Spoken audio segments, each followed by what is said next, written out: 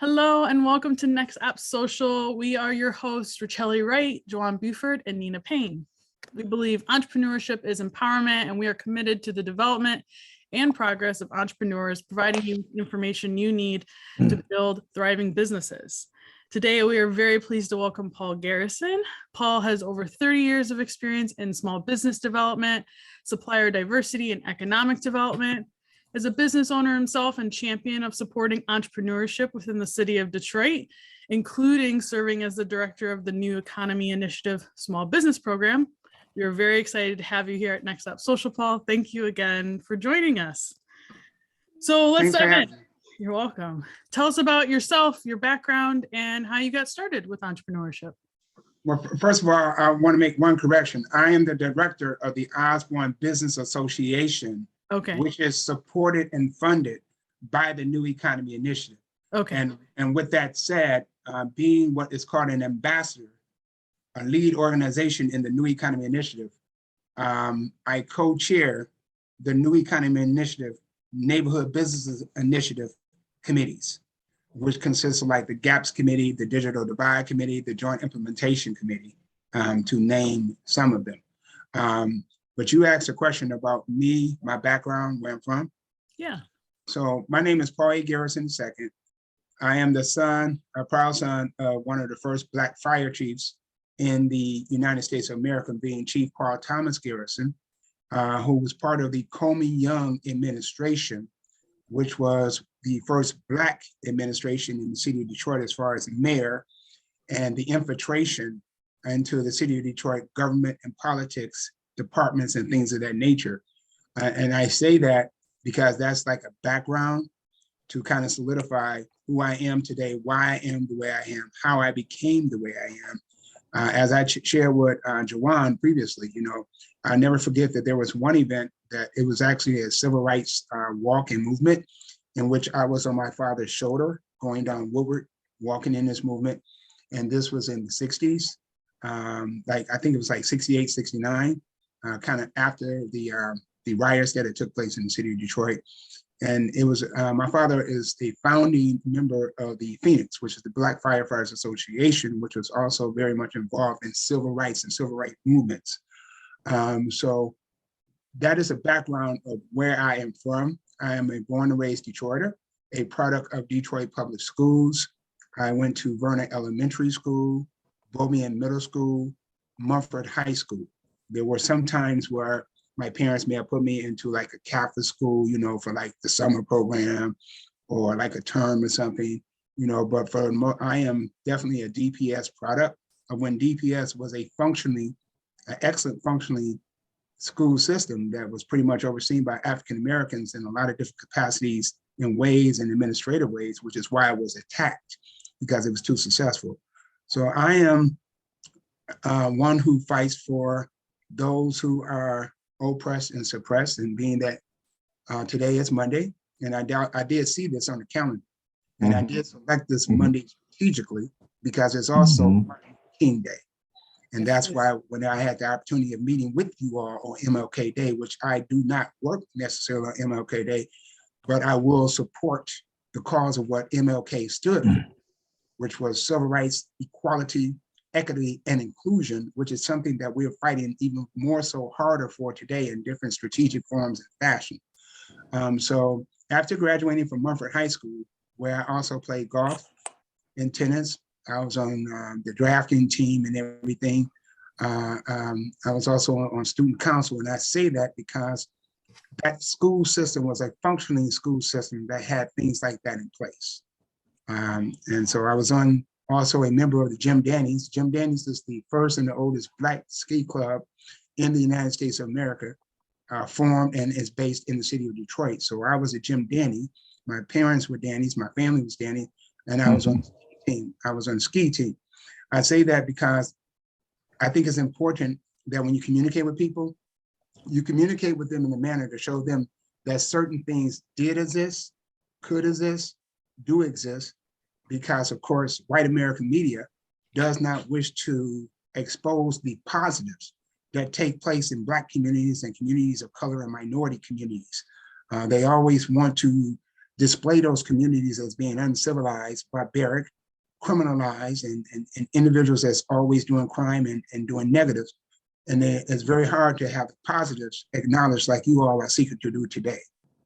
So I think that's kind of like a background. I am a Wolverine. I went to the University of Michigan, where I had a full ride academic scholarship. I went there after attending my first term at the United States Air Force Academy, because I had my congressional nominations from John Conyers, who was part of the Civil Rights Movement. And so I went to the Air Force Academy, did not like it. The worst decision I ever made in my life was leaving. That was the worst decision. I even told Juwan, there was one decision that I can redo,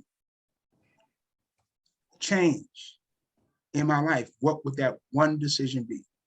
That one decision would have been to deal with the discrimination, the bigotry that I had to deal with at the Air Force Academy, and not leave there and successfully graduate as a Black man coming out of the United States of America Air Force Academy, and then becoming an officer and doing what I originally wanted to do, which was to go to law school and become a JAG officer in the United States Air Force, which could have led to senatorial, congressional, political aspirations and things of that nature. And I probably would have already been a super multi-millionaire.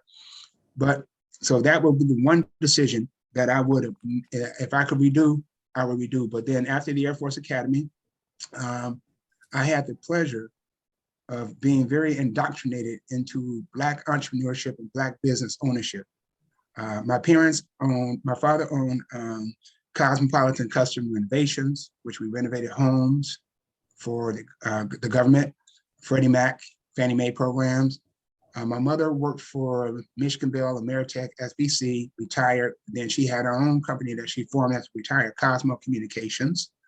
So my parents were very instrumental in my life as far as small business ownership and entrepreneurship. And we also own Cosmopolitan Enterprises, which owns Garrison's Retreat and Momsey Cove, which was a bed and breakfast retreat in Shrewsbury, Ontario. And Shrewsbury was part of the Underground Railroad with Harriet Tubman. It was a Black cottage settlement area in Canada. So after, of course, graduating from Michigan, I taught school 1 year, and then I started working for Keys Group, Brady Keys Jr. Keys Group owned all the Burger Kings in the city of Detroit, and we turned those Burger Kings around and made them into multi-million-dollar profit Burger Kings. And Brady Keys Group made the cover. We made the cover of Black Enterprise, because we had Black Enterprise magazine at that time. So Mr. Brady Keys was extremely instrumental and one of my heroes and mentors in entrepreneurship and small business and franchise and things. But then later in my life, I worked with my godmother, Patricia Cole, who owned Cole Financial Services. And that was a Black woman-owned business. We was a staffing development company and professional training company, consulting company. And we were also members of MMBDC, Michigan Minority Business Development Council, where we were on Project One. And I was the director of development for Cole Financial Service, for business development, that is. And so I was the representative to that body, being MMBDC, and working on special projects to create procurement opportunity for minority small business owners with major corporations and forming partnerships so those Black businesses could thrive and be successful in business. So later on, I went to Wayne State University and got my master's in urban planning and economic development, my graduate certification in economic development, because my grandfather taught us that if you're not part of the solution, you're part of the problem. And my grandfather also taught us that it is your responsibility not to walk into the lion's mouth. And he would refer to racism in white America as the lion with his mouth open, ready to devour you. And that it was your responsibility to not allow yourself to be devoured by the tricks, the societal traps that are put in place to catch Black people up, especially Black males, disenfranchise them by putting felonies on them so that you can exclude them systemically from society. So I have been involved in that initiative, but who I am, all of that comprises a lot of my background, that what has brought me to what I'm doing today. Well, I'll tell you, yeah, wow's the word. Say it, you can say it backwards, right? Wow. Firmers and backwards. That, yeah, that is what actually caught my attention the first time you and I formally were introduced. Like in the first 5 minutes, I was like, this guy's like a walking historiography book of African-American economic development in the city of Detroit. And I said, my God, like, I need to have a conversation with you. And it's a history that a lot of individuals, as you're well aware of, are completely unawares of. People have no idea that you had this much development take place in the city, right? I had a conversation with some young folk. I'm downtown Detroit now, and I ran into them while I was walking by a coffee shop. And with it being MLK Day, I started asking questions, right? Just to ask, how aware are they of MLK significance? How aware are they of the contributions that African Americans have made to the city of Detroit, the nation in total? And I don't need to tell you what happened, right? It was like straight up amnesia, right? There was so much that wasn't known. And I'm a firm believer that, people behave like they're from concrete when they don't know their roots, right? And you have a lot of people today who move in such a way where they behave like they're from concrete, like there's no cultural, no historiographer upbringing. They don't know whose shoulders they stand on. So I was excited to have this conversation with you today. One of the questions I guess I would pose to you is something that I think about regularly with MLK, for me being like the theme, it's like top of mind in every conversation I'm having with folks, is, you look at what transpired during the 60s, 70s, 80s. Of course, I became an entrepreneur in the 90s, right? And really began to kind of scale and grow by the late 2000s. And, here I am today. But when I reflect on what was going on then versus now, I did a radio interview earlier today, and the host mentioned something that kind of triggered me. He said, things are so much better. Things are so much better. And I said, if you believe things are so much better because we all can sit together at the lunch counter and kumbaya together, you're right. Things are better, right? We can actually walk into a lunch counter and we can sit down and break bread together, right? But I asked them, in terms of who actually owns the lunch counter, who actually owns the cafe, who actually determines who gets hired and fired, in terms of real equity. Have we really come that far as a nation? The radio host kind of got quiet for a moment and said, I never thought about it like that. And that's what I think about today. When I look at Detroit today, I see the development, I see the growth, I understand the history and the era you came up in, and then I juxtapose it with what those of us who are entrepreneurs today, kind of still in our youthful prime, in our 40s and 30s. And I say to myself, today, have we really come that far? I mean, yeah, I see the names on buildings. Yeah, I see the accolades. I see the dinners taking place, the organizations, et cetera, et cetera. But when I look in terms of equity and access to the resources and tools that are required to level up as an entrepreneur, and more specifically, not just Detroiter, but also an African-American Detroiter, I'm always curious to know what the quote unquote old heads think about that. Like when you take inventory of what's transpired from when you were coming up early on in your entrepreneurial career or experience versus where things are today, when you look at that juxtaposition, what changes do you see? What challenges do you see? What are some of the things that drive your work today? Okay, so first of all, whoever the individual was that made a statement to you and comment to you that things have gotten better, I would be absolutely astounded to meet that individual in order to enlighten that individual. And I say that because numbers do not lie. I'm an urban planner and economic developer, but an urban planner is an urban scientist. So that means that everything, for the most part, that we really should be founded upon is based upon quantitative, the numerics, the quantitative analysis. And quantitatively, in the 60s and 70s, Detroit had more Black million-dollar business owners than any other city in the United States of America, and was referred to as Black Mecca. Detroit was the first Black Mecca. Atlanta's the Black Mecca today. Yeah. But prior to all that, Detroit was Black Mecca in the 60s and 70s and parts of the 80s, because we have more Black million-dollar business owners in the city of Detroit than any other city in the United States of America. In the 60s, 70s, and 80s, even through the Detroit public school system, we have more Black youth graduating from high school and going to college than what you have today. So systemic racism,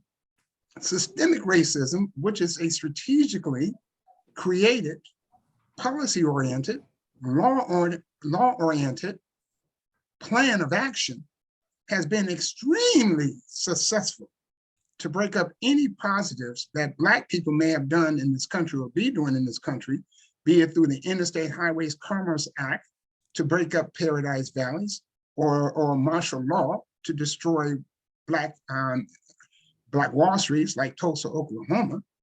But the University of Michigan, when I was there, we had like a What year was that? Remind me again, what year was that? I graduated from University of Michigan in 1986. So okay? You were there right during the last BAM movements, the Black Action movement. Yeah, we had some Black Action movements going. Yeah. And of course, all that led into affirmative action and bringing about affirmative action, which of course was eradicated because it was bringing up a little too much success. Yeah. But it's like the Detroit public school system was a quality school system, especially while Comey Young was mayor, because we had a legal mandate law that said in the city of Detroit that if you work for the city of Detroit, you had to live in the city of Detroit. Thus, the city of Detroit was able to have an economy. The legislative right body in Lansing took that and changed that law and took it off the books and said that it was kind of like a reverse discrimination to limit people to have to live in the city if they work for the city. And basically they did that because they wanted people to be able to live in the suburb. So they would have no vested interest in the city anymore, which will eradicate, display the good quality education system, break it down, break it up. But also they started doing a lot of things with DPS to take away the controls and put it more in legislative body controls because it was being too successful. It was graduating too many Black males and females who were graduating and going to college. We had plenty of, in my days and age, there was plenty of us in the 70s and 80s that had full ride academic scholarships going to all different types of colleges and universities throughout the country because it was a quality educational system, but it was too successful. So it was broken up. And then you had your elite bourgeois African-Americans that were so happy to go to the suburb because they had a feeling of empowerment. Oh, I have arrived, or something like that. Although we have more million-dollar homes in the city of Detroit, Palm Woods, Sherwood Forest, and some of our great areas, and down in Jerome's estate area, you know, down there. But my point is this: quantitatively, everything has gotten worse. Everything has gotten worse, especially in Detroit. The education. I was involved in a research project with my economic development consulting firm, and I shared this with Jerron. And the research project was Wayne State University, University of Michigan. I was Tech-Town's consultant that oversaw it. But this research project, we were able to quantitatively gather data that showed in 2016, going into 2017, Detroit had an adult illiterate population of 58.7% adult illiteracy. 67% of the residential adult population was subsidized. And that was either through SSI, SSD, Department of Human Service, something like that. So large illiterate population, large subsidized population that pretty much is kept at bay to be content with mediocrity and minimum existence. But they have become complacent with that. They have become complacent with that. And so whoever said that, I don't know what research or quantitative data analysis or quantitative research they will have to substantiate the claim. I Yeah, doubt they were using any quantitative analysis to make Yeah, an opinionated statement and no background. Yeah. But it's understandable why some African Americans or young African Americans may think something like that, especially if they came up in the middle class area and they never saw adversity, they never saw displacement, they never saw poverty. But overall, we as a people have went back about 50, 60 years. Today is MLK Day. You got all type of things on TV and talking about MLK, what he stood for, the challenges he was facing. The challenges he was facing then, we even more so face today. It's worse. I think that I'm just going to chime in here as that person's opinion is probably more popular than not these days. And I think it has to do with our access to information or what looks like information across the internet, right? So I'm looking and everybody and the dog is starting a business. So it is, I'm getting my chips up. I'm a boss now.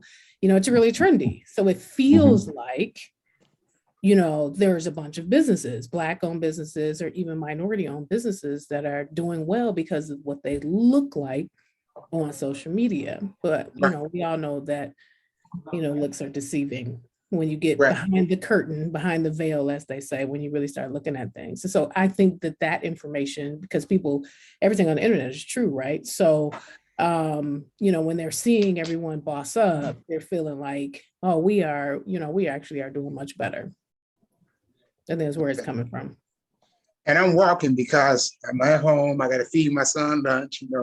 They're doing virtual education. So if you don't mind, let them know. Hey, Paul, your lunch is ready. Okay.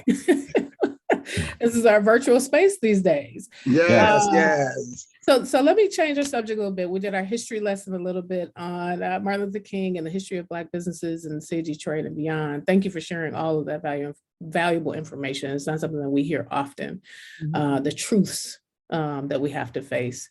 I just want to talk more about entrepreneurship and what you've seen. So now that you said things have been, have been worse than they were, what are you seeing when people come to the Osborne Business Association? Are entrepreneurs or aspiring entrepreneurs, what's their number one thing they're asking for? What is the number one thing they're missing when they come to you?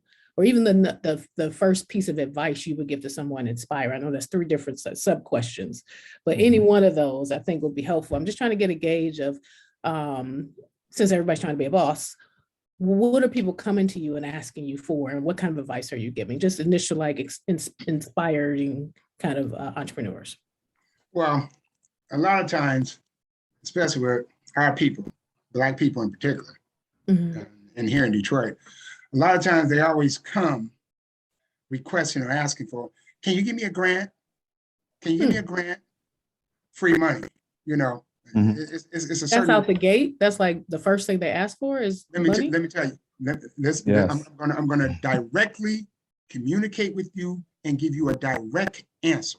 You would never ever have to wonder or sway how and what I'm talking about, because I don't speak in vague terminology. Okay. I speak in concrete. When they come to me, a lot of Black entrepreneurs and want to start business or business owners, when they come to me, a lot of them come with the subsidization mentality. Free is because so many of them have grown up in homes and societies and cultures where they see people subsidize all the time. They see people getting money, getting food stamps, or getting this without earning it, without working for it. So that subsidization mentality is a chronic illness in Detroit and in Black people. Okay, so what do I do? How do I respond to them? I teach them that business is not subsidization. This is not the Department of Human Service. I straight up say it. This is not the Department of Human Service. And if you think business is going to be conducted like they do something over there in human service, you're in the wrong line of business. So what I do is I take them and I teach them I empower them. And our program is a program that is structured strategically to help an entrepreneur and small business owner go from an informal economy, a hustle, to a formal economy, having financial statements in place, profit and loss statements in place, your tax returns filed, having your EIN numbers, being registered properly with the state of Michigan law, licensing and regulatory affairs, operating a business as a formal, professionally type running entity. So they have to be taught how to be a business person. Now, if you are a good business person, and if you have your financials and your documents and things in place, then that allows you to become what we refer to as capital ready. So we do a lot of capital readiness seminars and training, and we have partners. OVA has a partnership in which I developed through the Wayne County Community Reinvestment Act Association. I was introduced and I was able to secure a partnership with that organization, which is the organization that the banks are members of. And it's called CRA, Community Reinvestment Act, which is a federal law that says that banks have to invest in community development a certain amount of money back into the neighborhoods of communities in which they have branches located. It's federal law. So at my first capital readiness seminar, I never will forget, I will forever be indoctrinated in debt to him. Mr. Anthony Reed, who was with PNC Bank, mentioned that. He mentioned Community Reinvestment Act, and I wrote down the notes. The first thing I did, of course, being a Wolverine, a research-oriented individual, is I went and researched the Community Reinvestment Act, and I printed the law out, and I read the law, and I learned about that law. And I introduced myself back to the Wayne County Community Reinvestment Act Association, and I developed 8 partnerships with 8 different banks from my Black Wall Street, so that my people will have access to capital. But even more so, we taught them and started getting them in what is called capital readiness position, so they can perhaps be recipients of capital funding. Because those are the type of things that an entrepreneur, a small business owner has to have in place if they are to get a grant. We don't just get grants to just anybody. This ain't come through the line and do paperwork to get a grant. This is not subsidization. So you're preparing them to be able to know what to ask for, why they need it, and then be ready to receive it. Not just know what to ask for, to have a documentation in place.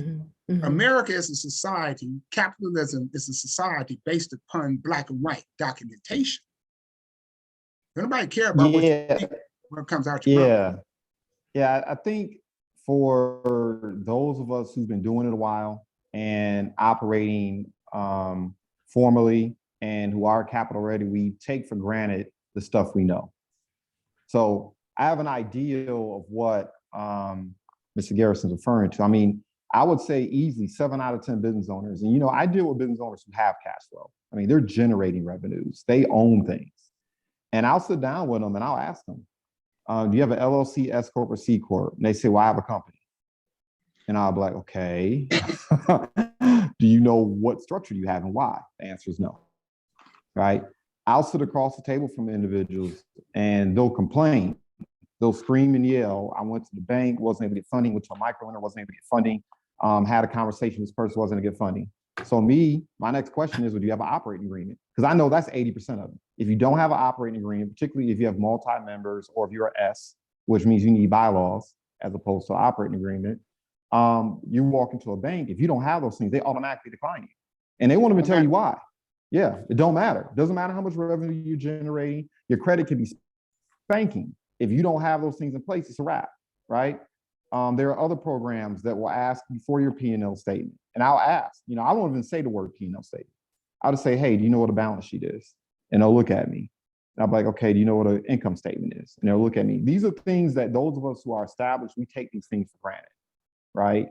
I'll ask them, do you have a non-circumvent or non-compete? In our world, that's like standard. You got to have that. That's standard when you set up a business. If you don't, your employee, sometimes your biggest adversary is not the public, but your own employees that you work with and your own partners. So, it's kind of like laying the ground rules of how we get down and how we play around this playground, how we get along together, right? And for me, what I would share is this, and I'll stop. I remember I had a conversation, the person shall remain nameless, but third generation business owner. They have one of the largest businesses in Detroit. They employ well over 300 to 400 people. You can walk into one of their buildings downtown. I remember this conversation like it was yesterday. I mean, this is a business, one of the departments alone, millions of dollars in revenue flowing through it. And I remember I had a conversation with this business owner, it was about 10 years ago. And I'm sitting down with the CEO, I'm sitting down with the son, who's the COO, and then they have the accountant they've had for 50 million years sitting in the corner. And I started asking questions. And then I found out this multi-million-dollar iconic business here in the city of Detroit, half of the company was operating as a DBA. He pressed pause on that for a moment. Half of the company's operations was operating as a DBA. So I'm trying to be respectful because I know I'm the new kid on the block and they see me as a green guy, right? I immediately eyeball the accountant. And I just kind of looked at him and I said, well, if you don't mind me acquiring, why is half this multi-million-dollar third generation company operating as a DBA? And the CEO kind of chimed in and said, because that's the way we've always done it. And I looked at the CEO. That it was correct. Yeah. And I looked at the CEO. I said, you do understand that if I was an unscrupulous, trifling individual, that I could walk down your stairs, drop my cup of coffee, slip and fall on it, and 50% of the entire cost basis of your company could be in my pocket in a courtroom. You do understand that. And I'm telling you, they continue to operate that for another 2-3 years. A lot of people do what they do because that's what they've always done. Well, I think too, they change so fast. Like I think just even like how many times W-2 forms have changed in the time that I've been working, right? And it's not like I got a notification of like, oh, hey, when you fill this out next year, it's going to be totally different, right? And all the things you filled out look totally different, right? So if you're not notified that these things have changed, if you're not notified that these, processes are now different, and nobody's telling you otherwise, then it doesn't surprise me at all. They've gone 3 generations and it's still the same. I would pose of also like, I know we live in the age of Google and we should be able to Google and find access to any information that we need for the most part. But I do think there's still this huge gap of people don't know what they don't know, and they don't even know what to ask, right? But you have to understand historically why. You have to understand the historical aspect and perspective of what I think Juwan and I are trying to elaborate upon. And that is a lot of entrepreneurs and small business owners in the neighborhoods in the city of Detroit. A lot of those individuals are the same individuals that's from a dysfunctional education system. So they did not learn a lot, or maybe were not technology savvy enough because the schools didn't have technology in them. They didn't teach them about smart boards. My son is at University Prep Science and Math, but even prior to University Prep Science and Math, when he was at U Prep Elementary, those kids, they had smart boards in the classroom.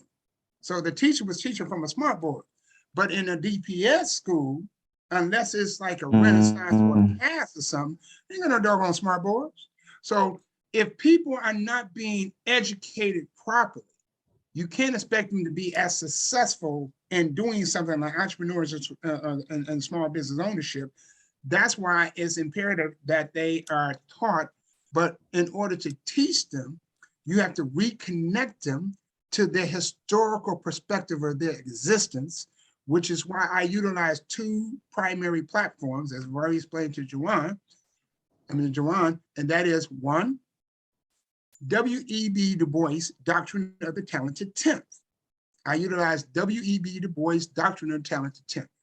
The second is the memoirs, the ideology and socio-ideology of Frederick Douglass. And the conservatism in which he taught within this platform and forum, and the Black business owners during those times were, of course, more conservative, and most of them were primarily Republican. But it was a different Republican ideology and a different Republican party than what you have today. Because a lot of times people, you say Republican today, and don't say you're a Black Republican, they look at you like you're the enemy or something, because they don't have an understanding of what really the ideology is about. But the ideology, the Republican ideology, the true Republican ideology is about free enterprise, and it's about business, and it's about supporting business and opportunity versus supporting social subsidization. Yeah. You see what I'm saying? Because the Republican ideology is based upon having an ROI, a return on the investment. Mm-hmm. So where there's funds or money's being used, but there's no return on the investment, Republican ideology looks at it as an inefficient use of funds because there's no return. So come to today's society or Black community, you got a lot of individuals that subsidize, and they are complacent with mediocrity subsidization. Thus, they never are empowered or instilled to have expectations of themselves. And until you reconnect our people to their grassroots historical perspective of who and what they are, it's going to be hard for them to think things like this.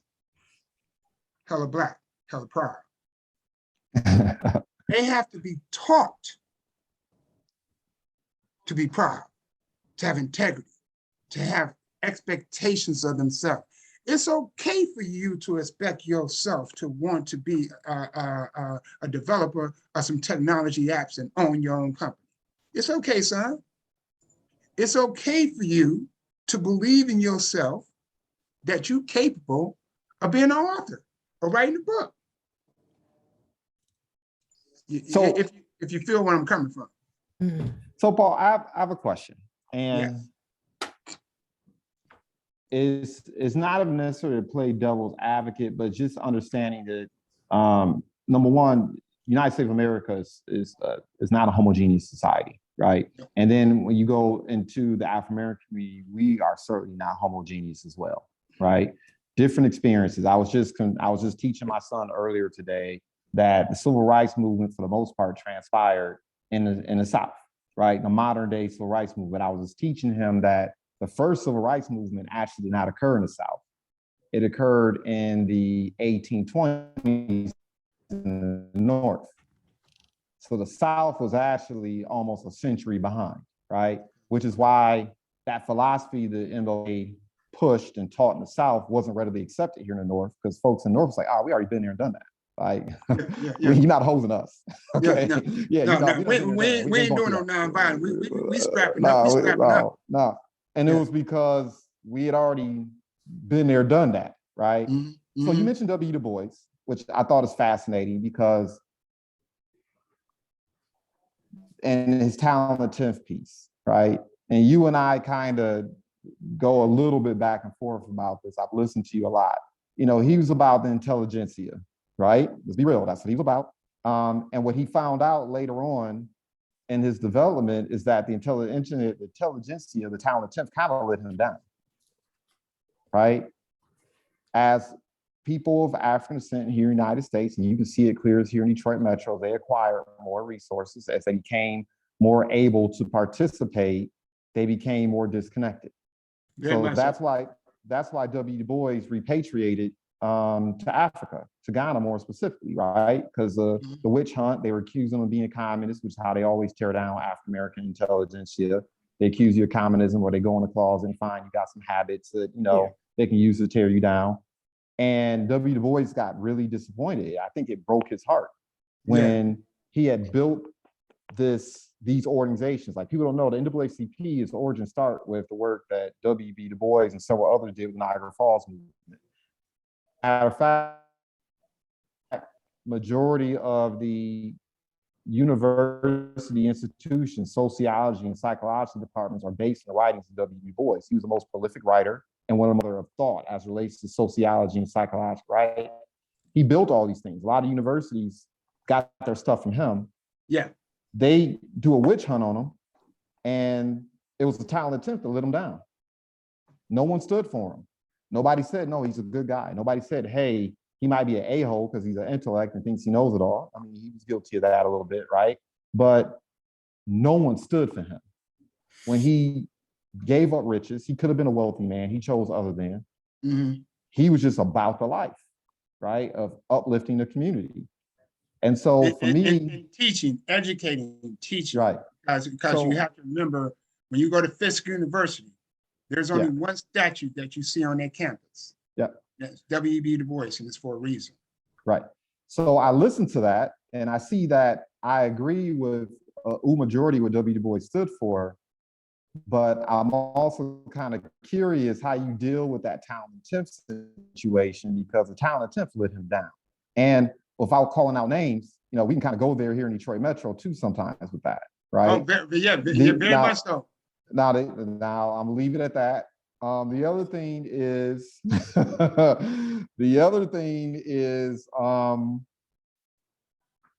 you said something about not walking into the lion's den or mouth, right? Right. And I know a lot of people don't like for me to say this, but I'm going to say it today because it isn't okay. I firmly believe, as an entrepreneur, I can't wake up thinking about racism. I can't. That can't be on my mind. Like, I can't let that be the primary thing I'm thinking about. I can't be worrying about what Susie Stapnowski and Joe, whoever is thinking about, right? At the end of the day, my kids have to eat, right? So while I know it's there, it's not going to be the predominant thought coloring my movements and actions. And for me, I just firmly believe that when you look, and let's take this out of an African-American context, let's just talk about Detroit, because I think it's one and the same because of how the population is here. I really believe that a lot of the issues that we have in the African-American community, even as it relates to entrepreneurship and development, a lot of the issues are self-inflicted. For sure, a lot of self-inflicted, and it's prevalent in the Black community, in the Black urban community. More harm is done to Black people in the Black urban community by Black on Black than by really anyone else. Now, why that mentality is there like that, I strongly believe it's because we lost Black love and Black unity. We had Black love and Black unity in the 60s and the 70s, which was the foundation for us in our existence in life. We had Black social clubs in Detroit, Tots and Teens, Jack and Jill. You know, we had the neighborhood I grew up in was a neighborhood where a mother and father were in the home. Black neighborhood, but mother and father was in the home. The only time you really saw a woman in a home by herself is if she primarily was widowed. Divorce did not take place in the manner that it takes place now. You know, people married in my family, there are several, my grandparents were married like 60-something years. I have plenty of uncles and aunts that's married 50-something years, 40-something years. I have cousin brothers and cousin sisters now. They've been married 25, 30, 35 years. So that foundation, the nucleus of the family has been lost. It's been broken up. And that is how systemic racism has been successful in doing what it has done, especially in the Black urban community, because people have been beaten so much to the ground. They've been beaten down so much that they don't have a realm of hope. So what we try to do in OBA, or what we do in the Osborne Business Association when they come to our business cohort program, or when they become a member of OBA, and how we connect them to vital resources and opportunities, we teach and instill in them, when they come and they're in that business cohort, we teach them to network with each other, to get to know each other, to do business with each other, because that will build a trust. And as you build the trust, then you're able to build the unity, because you're able to build the connection. Black people, in my perspective and opinion, from all my years of knowledge of education, acquiring our professional degrees, but the work that I've been doing, I have learned that we are the most social stratified race of people in the United States of America. And one has to understand what social stratification is. Social stratification is the institutional and strategic policies that teach and embed people to be stratified, disconnected, not unified. And the more stratified and disconnected they are as a people, the less probability and likelihood of them being successful. Why are, like in my economic development consulting firm, Cosmopolitan Economic Development Consulting firm, 80% of my clients are Chaldean. They're the ones that own a lot of businesses, the commercial property in the city of Detroit, and they need my professional services and assistance to get their certificate of compliances, business license, building permits to do their developments, things like that. But them as a culture of people are extremely unified. Yeah. Extremely connected to each other. They will look out for each other. Their children are in the businesses when they're 7, 8 years old, learning the business from ground floor. My clients have come to me. I don't solicit for business. I don't even hardly market. The word of mouth from my clients, and my clients referring their uncle, referring their cousin. Because once you in with them in their culture, and they can depend on you, believe in you, loyalty is created where they're going to refer you because they trust you, and you deliver for them to their uncles and cousins and everybody else to own all the properties and the businesses. So that's why my company has been extremely successful. It's because mine is more so human networking and human loyalty, human connection, human trust, building human trust factor. And that's why it's imperative that Black people in America, or especially in Detroit, we cannot afford all to be one way. We don't need to all be Democrat. Because we all Democrat and we all vote Democrat, what do the Democrats have to compete for to get our vote? And if they have to compete to get our vote, then how are we going to get something to benefit the community out of it? No offense or anything, but I've been very blessed and privileged, you know, in some of the schools I went to and some of the organizations and activities I've been involved in.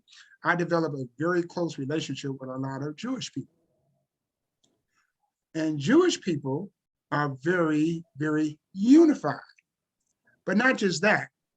They don't just vote one way. They specifically will have their people vote Democrat, then vote Republican, then vote Democrat, then vote Republican, because that way they have to continue to compete for their vote and get resources to their community in order to get their vote.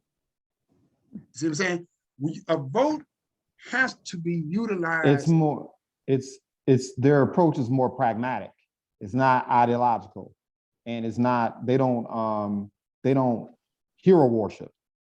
You know, the bottom line is your party giving us this or not? Oh, it's not. Okay, is it getting what's needed to be gotten to our people in our community? Period. And if it's not, then what do we need to do to get it to our community? And one thing we don't need to do is we don't all need to be one way. We need representation in different platforms. That's why it's important for me in my position that God has put me in, because I work for God and I share with Jawan. My whole life, my work is based on 2 Timothy chapter 2, verses 1-4, being a general soldier in God for God's mission and God's purpose. And when you come from that perspective, you understand that you have a responsibility to be an advocate, the voice of advocacy, the voice of representation for people that have been excluded and beaten down so hard that in order to bring back hope into them, you have to be able to deliver so that you can build trust with them. The New Economy Initiative refers to OBA as a trusted connector for a reason, because we're trusted. A lot of Black business owners and entrepreneurs in the city of Detroit, when you meet them, you're meeting a person where a lot of them may be very apathetic toward the system. apathetic because the system has constantly always failed them and let them down, said they're going to do this and then deliver. So you have to make believers of it again. You know what I mean? Mhm. So you all called me to be here because you wanted to know what drives me to do what I do. Why do I do it? What were some of the things? My grandfather and grandmother had a house in what's called Conant Gardens. Conant Gardens was one of the first African-American middle-class neighborhoods in the city of Detroit, which is located between Ryan and Hassan, Mhm. 7 Mile and Nevada. Mhm. No, that's Clarence Wood. Conant Gardens is between Conant and Ryan, Nevada and 7 Mile. Then you got Clarence Wood, which is on the other side. But Conant Gardens was the first Black middle-class neighborhood in the city of Detroit where Blacks were allowed to be property owners. Because at that time, Michigan and Detroit had a restricted covenant law that said it was illegal for Black people to own property.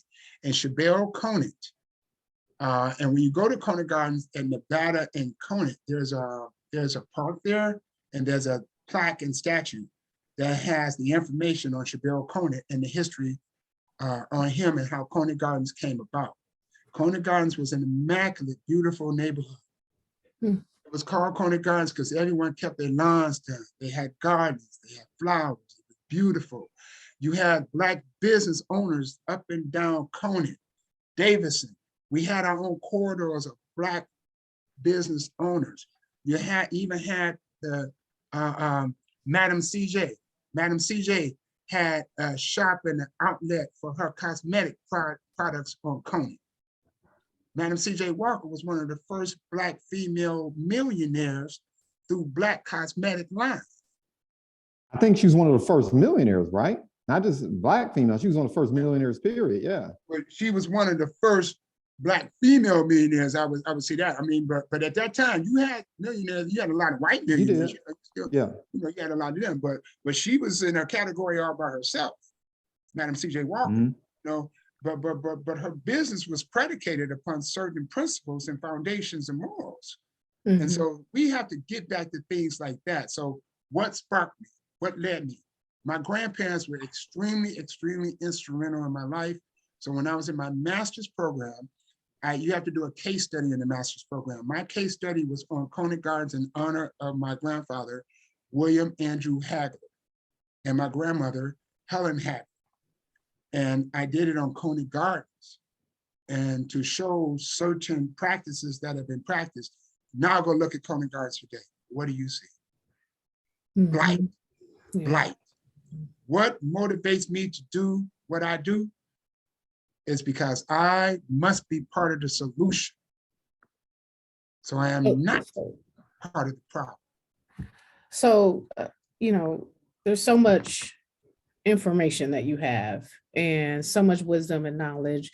Can you share with the listeners a little more about the Osborne Business Association and how they can get involved and get some of what you guys have to offer there?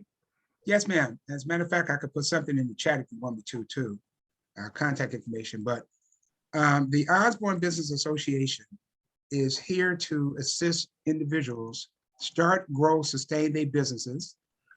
We are focused in the city of Detroit, Highland Park, Hamtramck. And now the New Economy Initiative is taking on the greater Wayne County area as well. So I'm going to put my phone number and I'm also going to put my email address in the chat, just so you all have it in case you want to forward it to anyone. We'll actually post that when we post the video, so that'll be helpful. So do you have to be a seasoned entrepreneur, a new entrepreneur? Like what levels, do you guys take? Is there a membership fee? Okay, so we deal with them in all levels. We have businesses that come into the business cohort program, become members of OBA that are startup businesses. We have businesses that are existing businesses. We have businesses that might be in between where they've done certain things. They just need to get to the finish line to be a formally structured and operating business. There is no fee because the program is funded by the New Economy Initiative. So we receive a grant from the New Economy Initiative to provide the services and do what we do.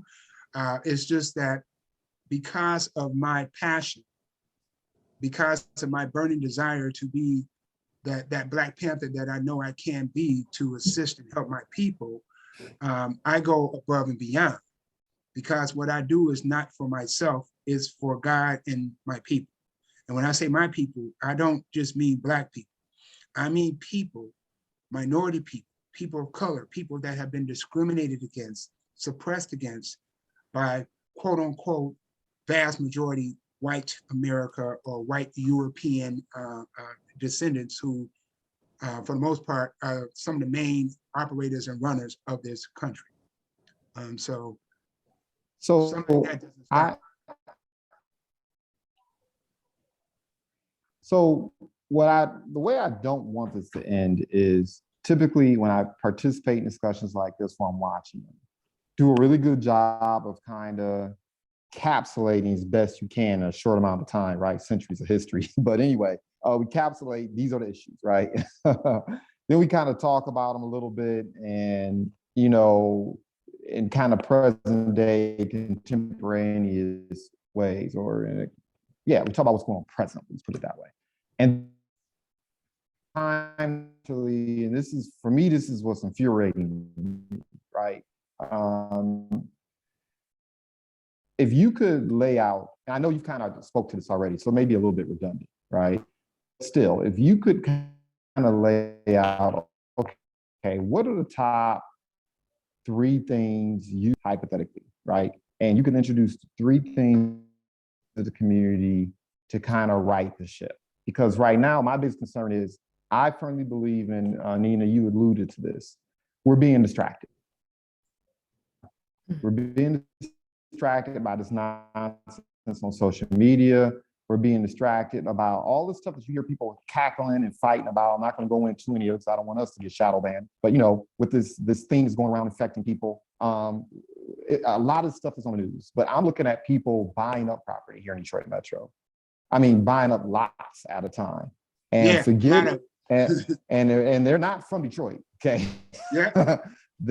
Some of them are not even from the United States. Nope, And they're a lot of getting them are these from lots. China. We got a lot of people. They're getting this stuff wholesale. Yeah. Yeah. When you look at, you know, what's going on in terms of employment, I think people are really being distracted by the fact that a lot of the things that those of us who are sending our kids to high school and college, these jobs aren't going to be here when they graduate. They're not going to be here. And no one's, in my mind, I don't hear anyone really talking critically about that. You know, I think about the skilled trades all the time. My biggest regret is that I paid for this, you know, I have this expensive education hanging over my head. My biggest regret as a young man, I didn't learn the skilled trades, because there'll always be a need for plumbers. Mm-hmm. And, you know, for those who don't know, you can be a skilled tradesman, and depending on the field you go into, you can earn as much money as a CEO of a company within 4 to 5 years if you get your act together and run your business right.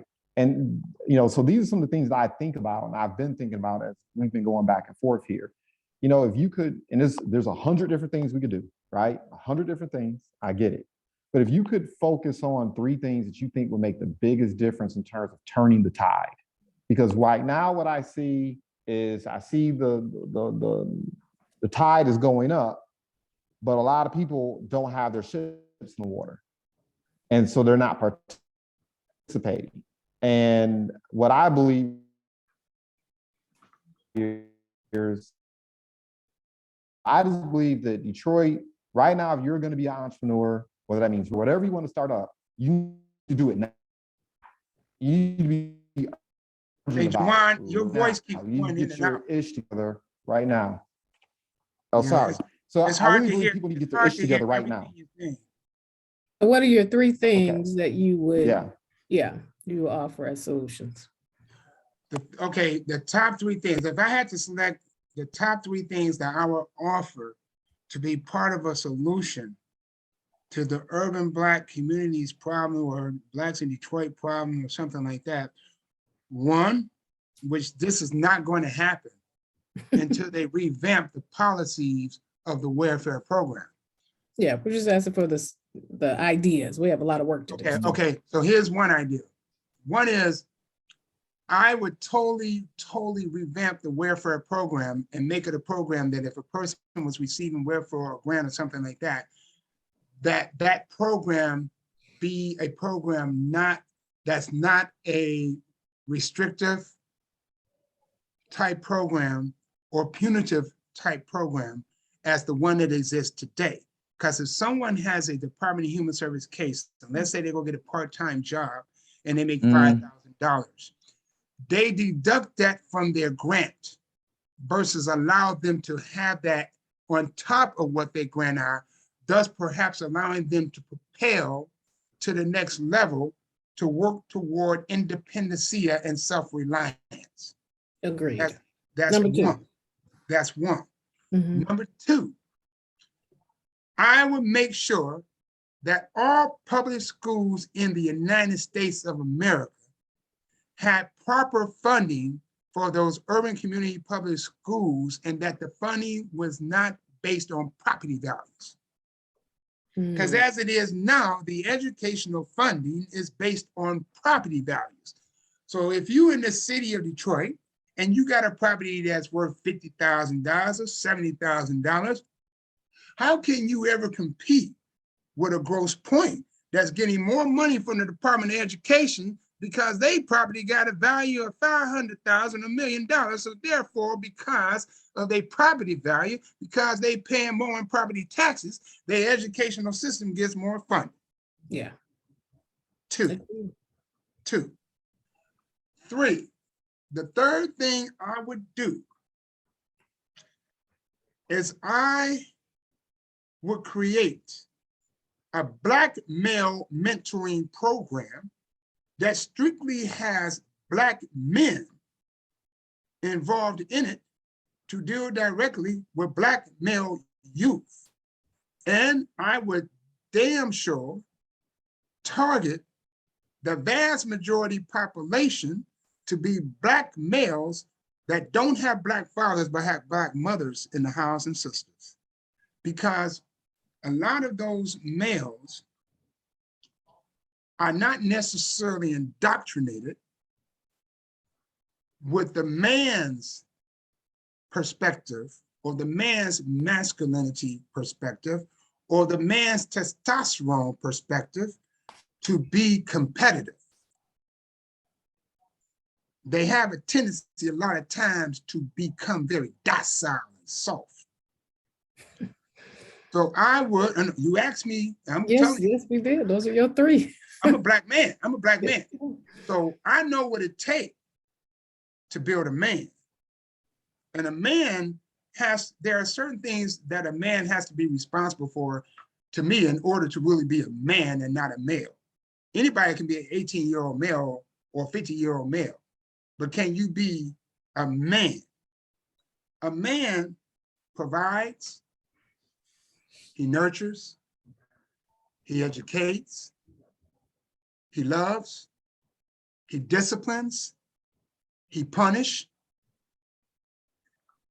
and he has reinforcements in place in order to solidify and establish a foundation of which those that are in his life can feel safe, can feel protected, thus free mentally and psychologically to apply their minds to learn without having to worry about where's my next meal coming from.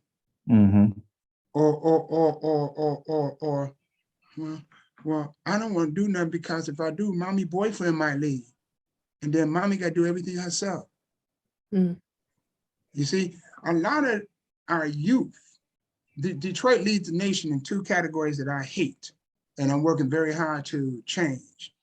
And that is infant mortality rate and children being lead poisoned in home. And that's why my company works directly with BC and property owners that may have residentials, where the inspectors are more so going to our residential communities and doing inspection to make sure that lead abatement's in place, because a lot of our children are getting lead poisoning, which damages them mentally in the brain and inhibits and impedes upon their mental development. Mhm. It leads a lot to mental health issues. You see what I'm saying? That's why Detroit is such a high indoctrinated welfare, human service, social worker, mental health kingdom. Because individuals that work in those areas, they got job security like crazy in Detroit. Because you have so many mental health cases and so many people that are, you got mothers in the neighborhoods that are focused on teaching and working with their kid to get accepted into a program so they get a monthly check. What I see and what I've seen, that's why I'm giving you these top 3 things as P. Anthony Garrison II, top 3 things that need or must be addressed in order to bring about some type of systemic change in the quality of life of human beings, especially Black human beings in the United States of America, being more so that we're talking about in Detroit. So, there's a lot that has to be done. Your response is fascinating to me because I don't think it's a response that most people would have anticipated, right? When we talk about how to make things better or improve circumstances for entrepreneurship, economic development. Mhm. But I understand the response because I've always felt like if you have a strong enough why, you can accomplish anyhow. Mhm. And the biggest challenge is individuals don't have a strong enough why.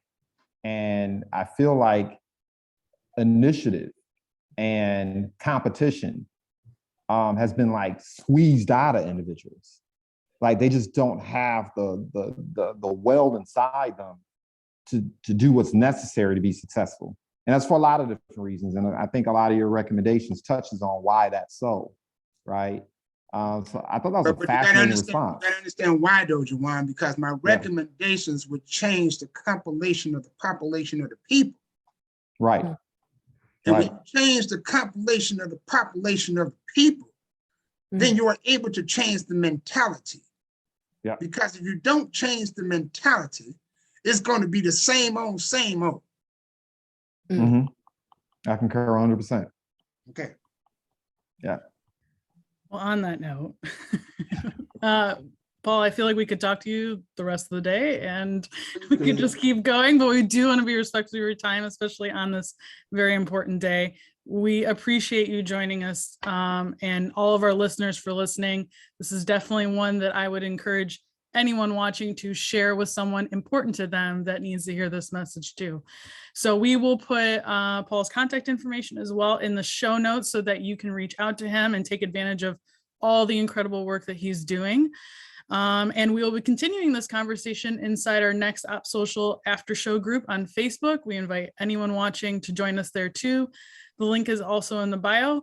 Don't forget to hit that subscribe button here on YouTube or visit our website at nextoppsocial.com to learn more about us. And again, please share this one. It's going to speak volumes for many, many years, I believe. So thank you again, Paul. We really appreciate your time. Thank you, Paul. Thank you for having me. God bless you. Happy Martin Luther King Day. Happy MLK. We shall